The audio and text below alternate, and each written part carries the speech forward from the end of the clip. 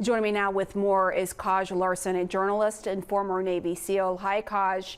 You say this invasion was slower than anyone anticipated, including Russia. That seems to be the consensus among experts. But does it seem to be picking up steam in your view? It does, Pamela, and thank you for having me. It's an honor to be here to talk about one of the most grave humanitarian crises in the world happening right now.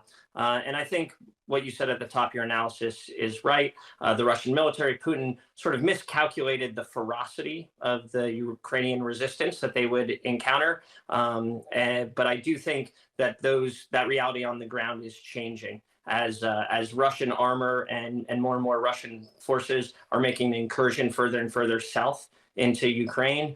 You see, like an anaconda, which is an apt analog because the Russian military is encircling various cities in Ukraine, and they're slowly squeezing them off from supplies, from forced resistance, and like an anaconda, their goal is to cut off their oxygen supply, to cut off those lifelines, and that'll make it more and more difficult for the Ukrainians to resist this Russian incursion. Yeah, we see the illustration of what you're describing there on the map on your screen. So you think that although the amount of national pride in Ukraine is really strong, I mean, at least inspiring, it is strong too, it is not enough to prevail in a war against Russia. Tell me why. Yeah, unfortunately, I think you're absolutely right, Pamela. We've been inspired by some of the heroic stances of people like President Zelensky and the Klitschkos, who are famous beyond the borders of Ukraine. But as you know, I've been to war many times, and I will tell you that in battle, motivation matters, but it's also what economists call necessary but not sufficient. Motivation will fail to stop Russian armor as it rolls through the streets. And while it is an essential ingredient for any resistance, for any insurgency, for any military, the sheer reality of raw Russian firepower is starting to meet the road. And the Vladimir Putin employed a strategic strategy, right? He used one of the old adages that we say in the special operations community, which is don't run to your death. Putin knew he didn't have to rush this invasion.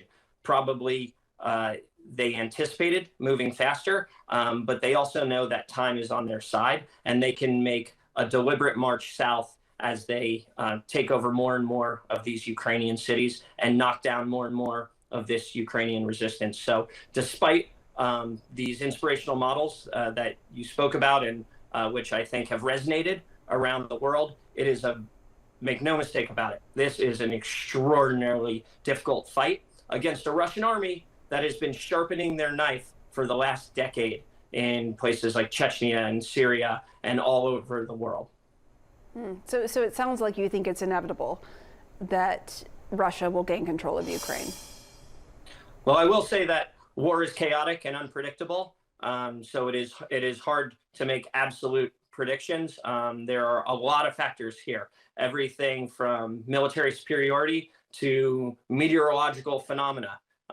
We've seen many parallels in history where extreme weather has bogged down an invading army. In fact, this likely saved the Russians in World War II when the German army opened up an advanced front on the Russian border. But all of that being said, the likelihood is that a superior Russian military is going to ultimately be able to defeat any Ukrainian resistance. And most, I think, national security and military experts see this as inevitable. All right, Kaj Larson, thank you for joining the show. Honor to be here. Thank you, Pamela.